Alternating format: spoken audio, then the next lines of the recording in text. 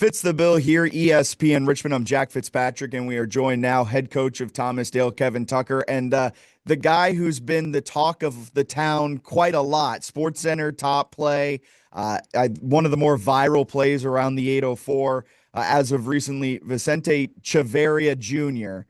How you guys doing? And I just want to start here right at the top. A big win, a big emotional win over Manchester. Vicente, how are you feeling after a 99-yard interception return? I'm feeling great. It was good. I played on the team last year and we lost. It was a close game, and we really wanted this, especially for the seniors, to be able to say they beat them. We haven't beat them yet since we've been here. And I mean, I never thought it would get this big, but it's just every kid's dream. Yeah, so walk me through it. And I know you've probably had to recap this play so many times now, but the ball's hanging up in the air, it's coming to you, you catch it. Walk me through the play, and importantly, was there ever a moment where you thought maybe I should get down here? Oh, never. I didn't think I was gonna get down.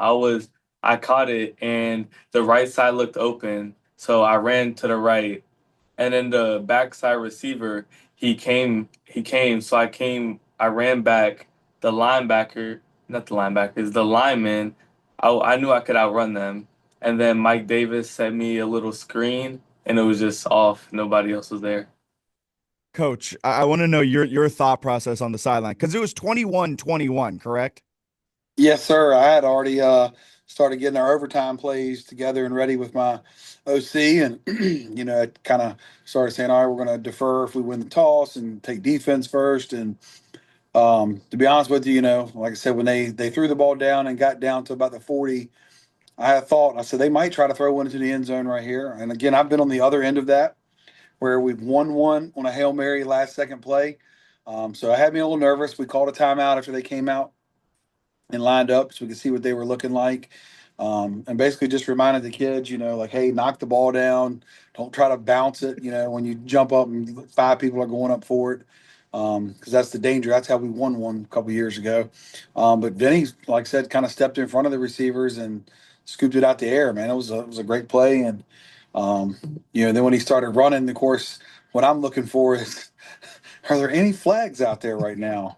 And I'm searching all over the field, and we had two guys that had an opportunity to just clean somebody's cleats, and they didn't. I was so proud of their, just basically setting a screen, just sitting there and putting their hands up.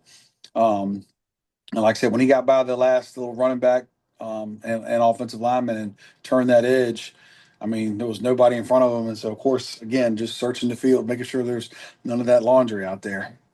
And Vinny, for you, what were you guys saying in the defensive huddle before the play starts? Because they're likely going to take this shot. It's a Manchester team that has thrown a lot of touchdowns this year. They know how to do it. What's the message in that defensive huddle as you're getting set for that play?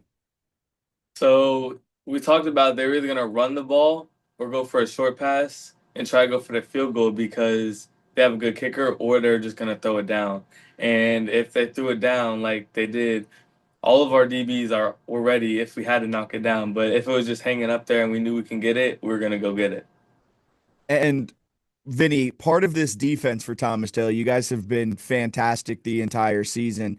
What does it do for the defense, kind of momentum wise, for you that you guys helped win that game? Not by just having a stop, but by scoring the game winning touchdown. What does that do for the defense? I mean, we're always hyped. It's not nothing new. We have our standards and we gotta stay up to them every week. I love it. And coach, with this defense, what makes this defense? And it's something I feel like is talked about almost every year with Thomas Dale. What is it about this defense that makes you guys such a powerful unit? I think you trace it back to the roots of the dark zone back in the late '80s, early '90s, when Vic Williams took back over at Thomas Dale. He wanted to establish an identity, and the identity was going to be fast and physical, aggressive defense. Put your best athletes out on the field. Um, and year in and year out, we have usually one of the better defenses in our area. This year in particular, our front four, I think, is four of the best that we've ever had at one time. Those four guys, we got two guys in the top 10 in the state for sacks. Got two great linebackers. Mike Davis and Jamal are just really balling out, being able to run sideline to sideline. So our front six puts a lot of pressure on teams. And to be honest with you, we're not even blitzing really. It's usually just the front four getting after it with some stunts and those two guys in the middle, reading and filling gaps. Our secondary has continued to get better each week. That was a kind of a question mark for us going into the season. How are these guys going to be responding? And I think Chris has got 5 or 6 interceptions. Michael, he got a pick six again the other night, like Vinny did. I think that was Vinny's second pick six of the year. So, like I said, our defense is finding ways to score for us, and we're going to keep riding them and see how far this thing can go. Vinny, what's preparation like this week for you guys getting set for a region final? We're gonna prep like we do every week. We prep like every team's the best opponent we're gonna go against.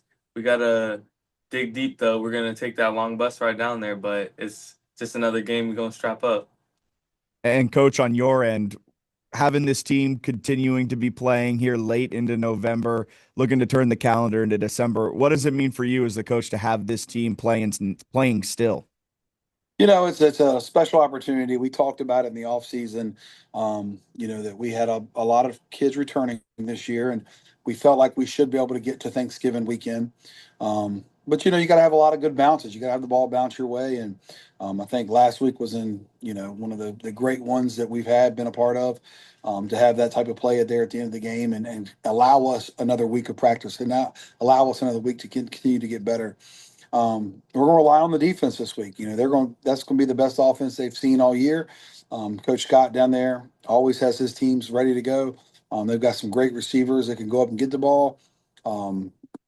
Their defense, their front fours, I think just as good as our front four. So, like I said, I mean, it's going to be a battle in the trenches, and hopefully, like I said, we can have our guys ready. We're going to take this week just like we do every week. Mondays are offensive days, Tuesday defense, Wednesday situational, and Thursday we'll kind of walk through it and be ready to get on that bus Friday afternoon and head down towards Chesapeake.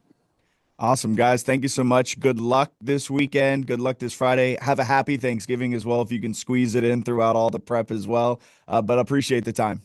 Yeah, get to that little Thanksgiving Day walk through, and then I'm gonna try to get them out of here by 12:30 so they can get home and eat good and spend some time with their families. Awesome. Love it. Appreciate it, guys. Thank you. Thank you.